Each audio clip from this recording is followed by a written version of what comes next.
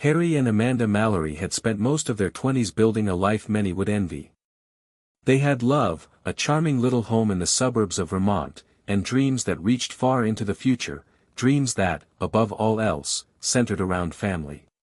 Amanda, a preschool teacher with a nurturing spirit, had always envisioned a bustling household full of children. Harry, a software engineer with a calm demeanor, wanted the same.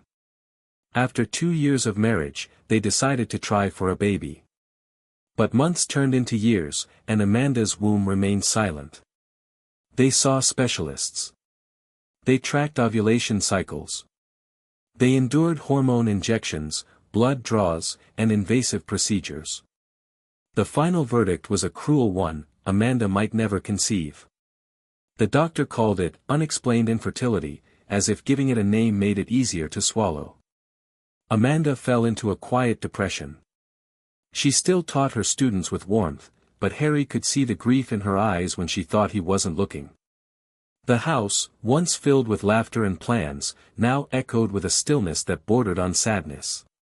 One cold December evening, after watching Amanda cry silently at a diaper commercial, Harry made a decision. The next morning, he visited the local animal shelter. Among the barks and whimpers, one puppy sat quietly in the back of her crate. Her golden fur was slightly matted, her ears too big for her head. She had the most soulful eyes he'd ever seen. Her name's Cherry, the attendant said. She was found alone in a parking lot. Skittish, but gentle. Harry brought her home. Amanda hesitated at first, unsure if she had the heart to care for something new. But Cherry made it easy. She was calm, affectionate, and unusually attentive. She followed Amanda from room to room, nuzzling her hand and curling at her feet whenever she sat down. Amanda began to smile again. In time, Cherry became Amanda's shadow.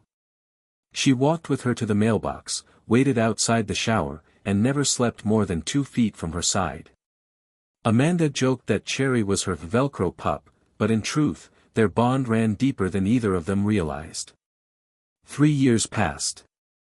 Then, one evening in early spring, Cherry began acting different. She grew restless. She paced the house, whining softly. She refused food. When Amanda went to the bathroom, Cherry scratched at the door frantically until Amanda let her in. At night, she would lie across Amanda's stomach, her head tilted, ears alert. Maybe she's sick. Amanda wondered aloud. But Harry noticed something else. Cherry wasn't just distressed, she was focused. Protective. Almost anxious. Amanda, half joking, took a pregnancy test. Positive. They cried together on the bathroom floor, Cherry pawing gently at Amanda's hand. It seemed impossible. Yet somehow, Cherry had known before they did. Pregnancy suited Amanda. She glowed, laughed more, and began planning the nursery with a joy she hadn't felt in years. Cherry never left her side, even once refusing to go for a walk when Amanda stayed behind. 9 months later, after a long and emotional labor, Amanda gave birth to a healthy baby girl. They named her Hope. Cherry sniffed the baby gently when they brought her home, then lay down beside the bassinet and refused to move. She was silent, vigilant. The first few months were a blur of sleepless nights, bottles, diapers, and lullabies. Amanda, now on maternity leave, spent every moment with Hope. But finances were tight. Harry had taken on more freelance work, and Amanda would need to return to her teaching job sooner than expected. They began the search for a nanny. Candidate after candidate was interviewed. Some were too inexperienced, others too aloof. Amanda couldn't bring herself to trust any of them with her newborn. Then Jane appeared.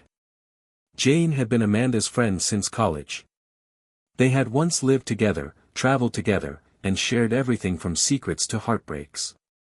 Jane had recently moved back to Vermont after a bad breakup and was in need of work. "Let me help," Jane offered.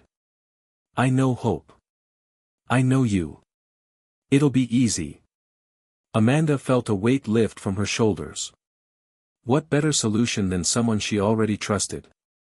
But Cherry didn't approve. The first day Jane arrived, Cherry stood between her and the baby. She stared at Jane without blinking, her hackles raised.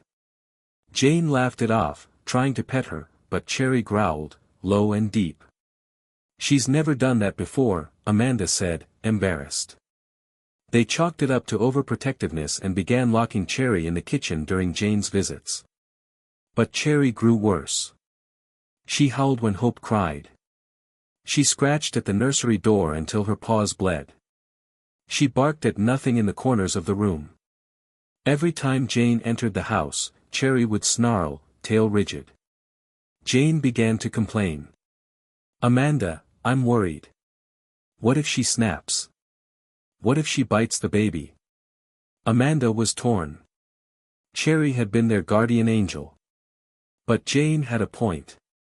Harry, too, began to worry. Hope's safety came first. One night, they had a long, painful conversation.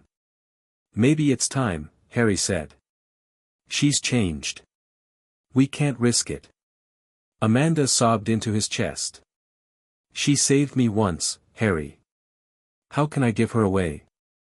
We'll find her a good home. Maybe with my parents. Somewhere safe." Before making a final decision, Harry planned a date night to take Amanda's mind off the stress. Jane offered to babysit. Cherry was locked in the guest room. But as they were pulling out of the driveway, Cherry let out a long, heart-wrenching howl. Amanda hesitated.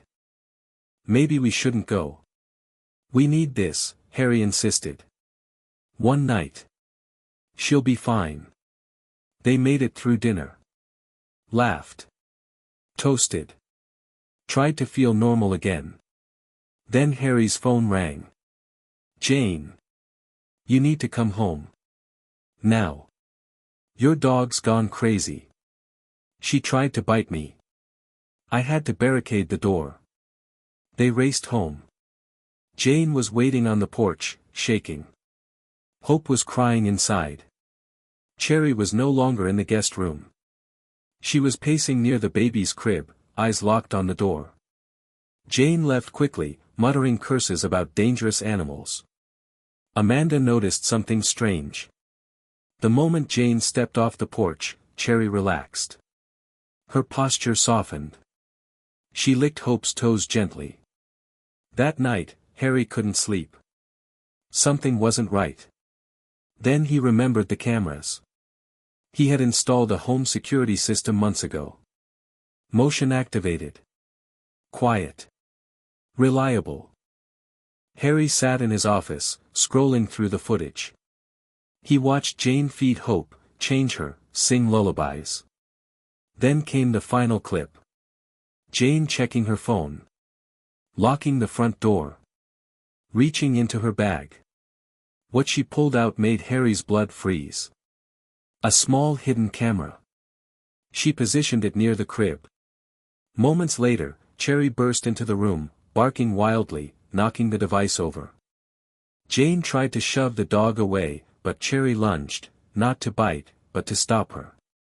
Harry called the police. The investigation moved fast. Jane was arrested within 48 hours. Her phone and laptop contained encrypted files and links to a dark web ring involved in child exploitation. Thanks to Cherry's actions, the entire network unraveled. 15 arrests across 5 states. Dozens of children rescued. Amanda and Harry wept with guilt. They had almost given away their daughter's protector. Cherry was awarded a medal by the police department. National news picked up the story. Offers to adopt her poured in. But Amanda held her close, kissed her fur, and whispered, "You're not going anywhere. You're our hero." Years passed. Hope grew into a spirited, confident girl. Cherry aged gracefully, always nearby. Her fur grayed, her steps slowed, but her spirit never dimmed. Hope never left for school without hugging Cherry goodbye. She always said the same thing. "Thank you for keeping me safe."